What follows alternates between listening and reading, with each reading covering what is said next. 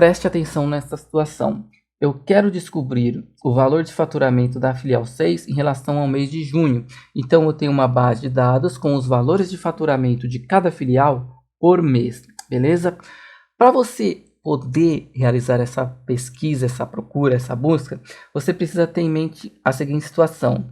Filial é uma informação que está distribuída em linhas e mês é uma informação que está distribuída em colunas. Tanto é que eu até pintei aqui da mesma cor para a gente conseguir entender, beleza?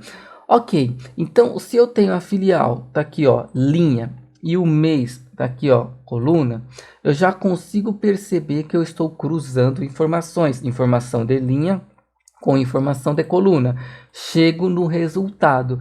Então, para você conseguir realizar esse cruzamento, você pode utilizar da maneira mais básica possível no Excel a função procv e junto com a função procv a função corresp. Vamos ver isso na prática então? Olha só, igual procv. O procv ele dispensa comentários, dispensa explicação, então eu vou fazer ele de uma forma mais direta.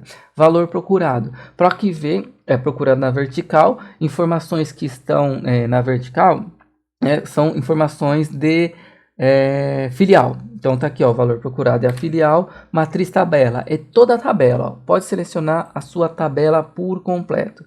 Ponto e vírgula, número, índice, coluna. Agora a gente tem um pequeno probleminha. Por quê? Porque o procv ele não tem inteligência suficiente para encontrar o número da coluna de forma automática. Ele não tem argumentos o suficiente para isso. Então, o que eu preciso fazer?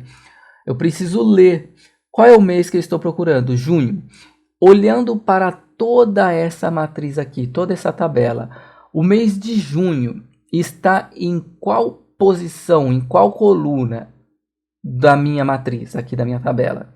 Está na coluna G, e a coluna G, ela é a coluna 7. Aí você pensa assim, mas como assim 7? Junho é mês 6. Sim, só que você não tem que contar o mês, você tem que contar a posição da coluna em relação à sua matriz. Então vamos lá, coluna A é 1, coluna B é 2, coluna C é 3 e assim por diante. Ou seja, o mês de dezembro vai ser a coluna 13.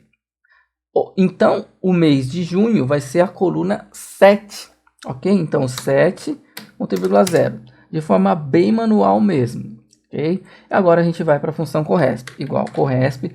Quando você digitar a função corresp, você vai entender perfeitamente a lógica de utilizar essas duas funções juntas. Valor procurado. Tenha em mente que a função corresp ela é parecida, ela lembra um pouco o procv. Valor procurado é a filial? Não, agora é o mês, certo? Ponto e vírgula, matriz tabela. Então é todo esse intervalo aqui? Não, é o intervalo que contém as colunas da minha matriz. Então é esse intervalo aqui que tem os meses? Não.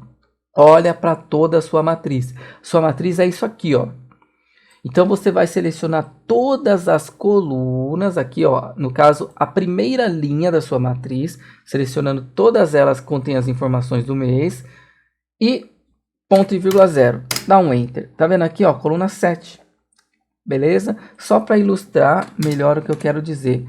Primeira coluna da minha matriz, última coluna da minha matriz. Então a primeira está na coluna A e a última, dezembro, coluna M, coluna 13, beleza? Vou deletar. Eu vi que o procv pede o número da coluna e que o corresp traz o número da coluna.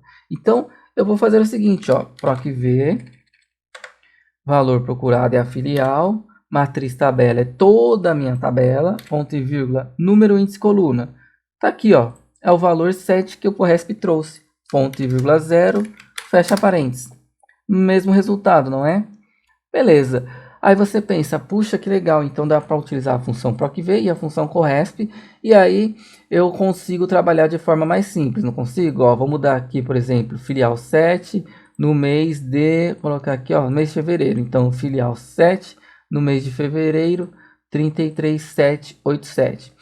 Por que esse procv aqui não mudou? Porque o número da coluna está fixo, eu digitei na mão. Não é verdade? Mas se eu vim aqui e colocar 3, que é o resultado do procv, ele chega no mesmo resultado, certo?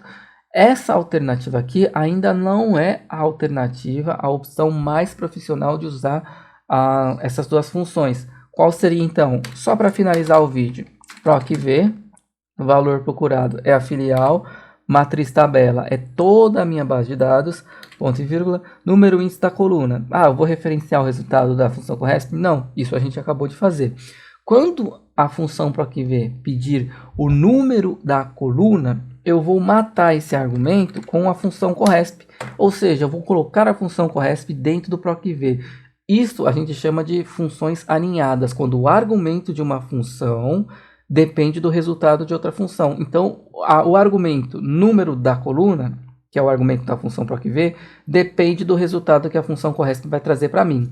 Então, vem aqui, ó, valor procurado agora é fevereiro, ponto e vírgula, matriz procurada. Ó, lembra que são todas as colunas da primeira linha que compõe a minha matriz? Tá aqui, ó, selecionei todas as colunas.